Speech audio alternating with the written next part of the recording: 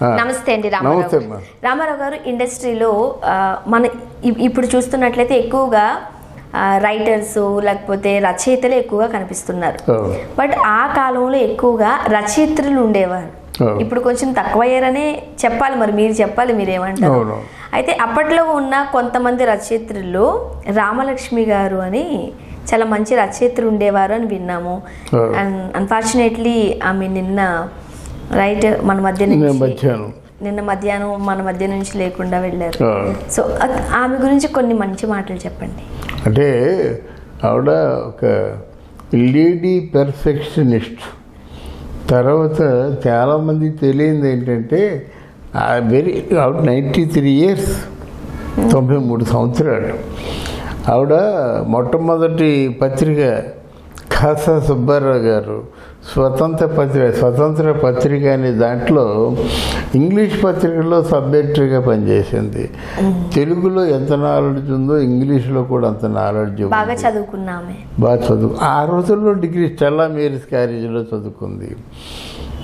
ఆ రోజుల్లో డిగ్రీ అంటే సమస్య లేదు. ఇక వాళ్ళకి మామూలు 5వ క్లాస్ చదువుకున్న వాళ్ళు మంచి బాగా పెర్ఫెక్ట్గా మాట్లాడేవాళ్ళు, మంచి గ్రామర్ తెలిసి ఉండేది. ఆవిడకి చాలా మంచి ఇంగ్లీష్ తెలుసు అన్నమాట.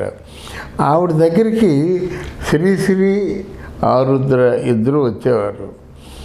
ఆరుద్ర ఇద్దరు వస్తే తరచూ ఆర్గ్యుమెంట్లు జరుగుతుండేవి. ఆరుద్ర గారి తాలూకు కవిత్వం మీద కానీ కథల మీద కానీ ఈవిడ రివ్యూస్ రాస్తుండేది. అప్పట్లో తిడుతూ రాసుండేది అన్నమాట. ఎందుకు ఇలా రాసామంటే ఈ కారణం చేసి ఇలా రాశానని చెప్పేది. అలాగా చిలికి గాలివాన ఇద్దరు బాగా తిట్టుకోవడం వల్ల లవ్ మొలకెత్తింది ఆరుద్ర గారికి. తిట్టుకోవడం వల్ల మా లవ్ మనకెత్తింది. అయినప్పుడు కూడా ఆరుద్ర సామాన్యుడు కాదు కదా, చాలా గొప్ప వ్యక్తి కదా. ఆయన సినిమా ఫీల్డ్ ఎంపిక చేసుకున్నాడు. మరి రామలక్ష్మి గారు మాత్రం మామూలుగా ఆంధ్రపత్రికలో కూడా ప్రశ్నలు సమాధానాలు రాయడం, నవల్స్ రాయడం చేశారన్నమాట. ఆ నవల్స్ రాసినట్టయితే ఆరుద్ర రామలక్ష్మి గారి తాలూకు నవలలు బాగుండేవి, కానీ ఎందుకో సామాన్య ప్రధానికాన్ని అంటే ఆకర్షించేవి కావు. ఆ రోజుల్లో ఆకర్షించే నవలలు ఏమైనా ఉన్నాయంటే మొట్టమొదటిసారిగా మన కోడూరి కౌశల్యదేవి, అరిగిపూడి కౌశల్యదేవి ఉంటారు కదా, ఆవిడ, ఎద్దనపుటి సులోచనారాణి, తర్వాత మన ఎవరు వాసిరెడ్డి పద్మావతి, తర్వాత ఈ రావినూతల సువర్ణ కన్నన్ గారు, ఇలా కొంతమంది ఉన్నారు. వీళ్ళు మంచి పేరుంది. కానీ ఈవిడికి బాగా రాస్తారు. ఈవిడ మర్చిపోయాను, హేమలత అంటే లత గారు, తెన్నేరు హేమలత, వీళ్ళందరికీ మంచి పేరు ఉంది. ఈవిడికి కూడా మంచి పేరుంది. కానీ అద్భుతమైన పేరు, మార్కెట్లో ఉన్న పేరు మాత్రం ఎద్దనపూడికి ఉండేది, కోడూరు కౌశల్యదేవి కూడా ఉండేది అన్నమాట.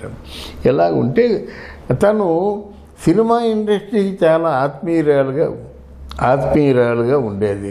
ఎవరైనా కథ తీసుకెళ్ళి ఈ కథని డెవలప్ చేయండి అంటే శివజ్ఞానం రోడ్లో అంటే ఫ్రూట్ మార్కెట్ ఉండేది. మొట్టమొదటి ఇల్లు వాళ్ళదే, ఆరుద్ర గారిదే.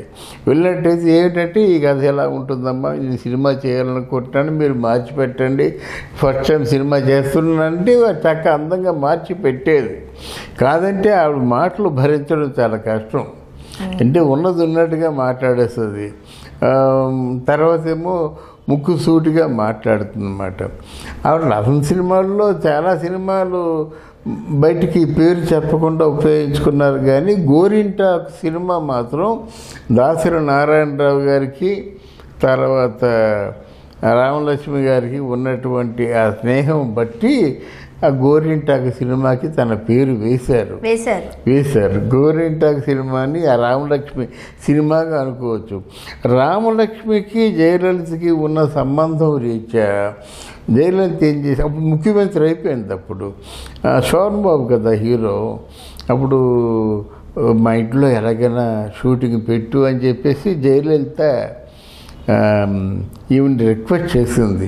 చేస్తే సోమన్ బాబు అన్నాడు, ఎక్కడో షూటింగ్ చేసుకుందాం, అక్కడిది మనం షూటింగ్ చేసుకోవడం అని చెప్పేసి చెప్పినప్పుడు కూడా రామలక్ష్మి కదా, నువ్వు రావయ్య బాబు, నీ కోసం పడి చచ్చిపోతుందని చెప్పేసి ఆవిడ మాటలు మరి భరించలేము. తీసుకెళ్ళి ఆ ఇంట్లోనే షూటింగ్ మాట. అప్పుడు ఆవిడ చెప్పింది, మీరు మా ఇంటికి షూటింగ్ వచ్చారు కదా, మీరు వెళ్ళినంత వరకు మీకు ఏం కావాలో అవన్నీ కూడా నేను సమకూర్చి పెడతాను, మీరు ఏవి కూడా ప్రొడక్షన్ వాళ్ళు ఇక్కడ రావద్దు అని చెప్పండి, మా వాళ్ళే వడ్డిస్తారు, టిఫిన్లు, కాఫీలు, హార్లిక్స్, మీకు ఏది కావాలి, ఎవరికి ఏది కావాలో అది. ఆవిడ ముఖ్యమంత్రి ఉంటుండగా ఆయన గోరింటాకు షూటింగ్లో ఎవరికి ఏమి కావలుస్తుంది. ఆ రోజు శోభన్ బాబు గారికి స్వయంగా వడ్డించింది. అదే ఫోటో చాలాసార్లు వస్తుంటుంది అన్నమాట, వస్తుంటుంది గోరింటాకు సినిమా షూటింగ్ టైంలోనే వస్తుంది. తర్వాత ఈవిడ అడిగిందట శోభన్ బాబుని, ఇంత అపురూపంగా ఉన్నటువంటి అమ్మాయిని నువ్వు ఎందుకయ్యా చేసుకోలేదు అంటే, చేసుకోవడం ఇవన్నీ ఇప్పుడు మాటలు ఎందుకని చెప్పేసి ఒక విషయంలో నేను కొంచెం ఆలోచించాను రామలక్ష్మి గారు. ఒకవేళ నేను జయలలితని పెళ్లి చేసుకున్నాను అనుకోండి, నేను హ్యాపీగా ఉంటాను, తను హ్యాపీగా ఉంటుంది. ముందుగా నేను పేదవాడిగా ఉన్నప్పుడు నన్ను నమ్ముకొని వచ్చిందే నా భార్య, తను అన్యాయం అయిపోతుంది కదా, అది నాకు ఇష్టం లేదు అని చెప్పేసి చెప్పాడని రామలక్ష్మి చెప్పింది, మనం చెప్పడం కాదు. బట్ ఎనీవే పెద్దవాళ్ళ జీవితాల్లోకి వెళ్ళి వాళ్ళ కష్టసుఖాలు తెలుసుకొని వాళ్ళ మధ్య చిన్న చిన్న చెలికి గాలువానైతే వాళ్ళని మళ్ళీ సద్దు మణిగించి ఇలాగ తనలో నాలుగులా ఉండేది రామలక్ష్మి గారు. ఆవిడతో నాకున్న అనుబంధం ఏమిటంటే ఆరుద్ర గారితో నాకు మంచి అనుబంధం ఉండేది. వెళ్ళేవాడిని, ఆయన ఎప్పుడు చెస్ ఆడుతూ కూర్చునేవాడు. విశ్వనాథన్ ఆనందు ఈయనతోనే చెస్ ఆడేవాడు అన్నమాట, అంత పండితుడు. తర్వాత ఆంధ్ర వాంగ్మయం ఆ చరిత్రలు రాసింది ఆయనే, ఆరుద్ర గారు రాశారు. చాలా మంచి అంటే వాల్యూమ్ అంట, ఒక 6 ఎన్నో భాగాలు రాశారు. మన ఆంధ్రప్రదేశ్ అంటే సంయుక్త రాష్ట్రాలుగా ఉన్నప్పుడు ఆంధ్రప్రదేశ్ వాళ్ళు తీసుకున్నారు, రైట్స్ తీసుకున్నారు అన్నమాట. చాలా మంచి ఆంధ్ర వాంగ్మయ చరిత్ర అనేది ఒక 6 భాగాలు రాసిన తర్వాత ఇంకా తెలుగు సినిమా పాటలు ఎవరైనా వెళ్తే రాసేవారు. ఆయనకేమో అంత్యప్రాస ఎక్కువగా ఇష్టం అన్నమాట. ఎందుకంటే చూసా చేసా పూసా కూసా ఇలాగ ఉంటాయి అన్నమాట. అంత్యప్రాసలు మాత్రం బాగుంటాయి. అంత్యప్రాసలు ఇష్టం దానికి, అంటే ఆరుద్ర గారికి. ఈవిడేమో ఎక్కువ ఉడికిస్తుండేది అన్నమాట. వీళ్ళిద్దరి మధ్య ప్రేమాభిమానాలు చాలా బాగా ఉండేవి. కానీ ఎప్పుడు శ్రీశ్రీ కవిత్వాన్ని మాత్రం మెచ్చుకునేది కాదు రామలక్ష్మి. ఎందుకు కవిత్వం బాగలేదంటే ఆయన ఏదో రాస్తాడు కానీ ఆ కవిత్వంలో ఆ పొయిటిక్ ఎక్స్ప్రెషన్ ఉండదు. అయితే ఫాల్స్ బుల్డోజ్ చేస్తాడు మాటల్ని, అది ఉండకూడదు. దేవులపల్లి కృష్ణశాస్త్రిని లైక్ చేస్తుంది కానీ మన శ్రీశ్రీ గారిని లైక్ చేయదు ఆవిడ. దేవుడిపల్లి కృష్ణశాస్త్రిలో మంచి పొయిటిక్ ఎక్స్ప్రెషన్ ఉంటుంది. ఇందులో అలా కాకుండా అంటే ఒక ప్రవాహం వరద ఉదురుతుంటుంది, సబ్బులు ఉండవు, అలా చెప్తుంటుంది అన్నమాట ఆవిడ.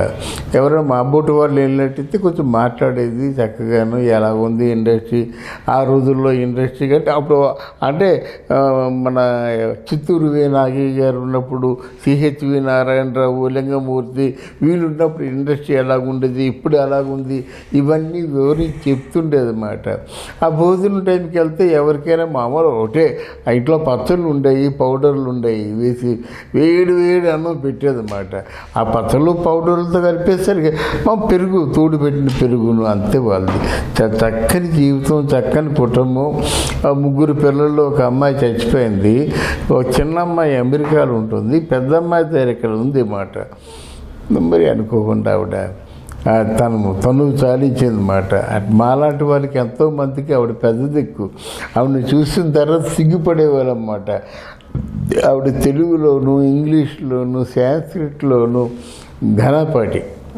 తర్వాత ఆవిడ ఆలోచన సరళి కూడా భిన్నంగా ఉండేదన్నమాట. అందరూ కూడా స్ట్రైట్గా వెళ్ళినట్టయితే ఆవిడ లోతుగా విశ్లేషించేది.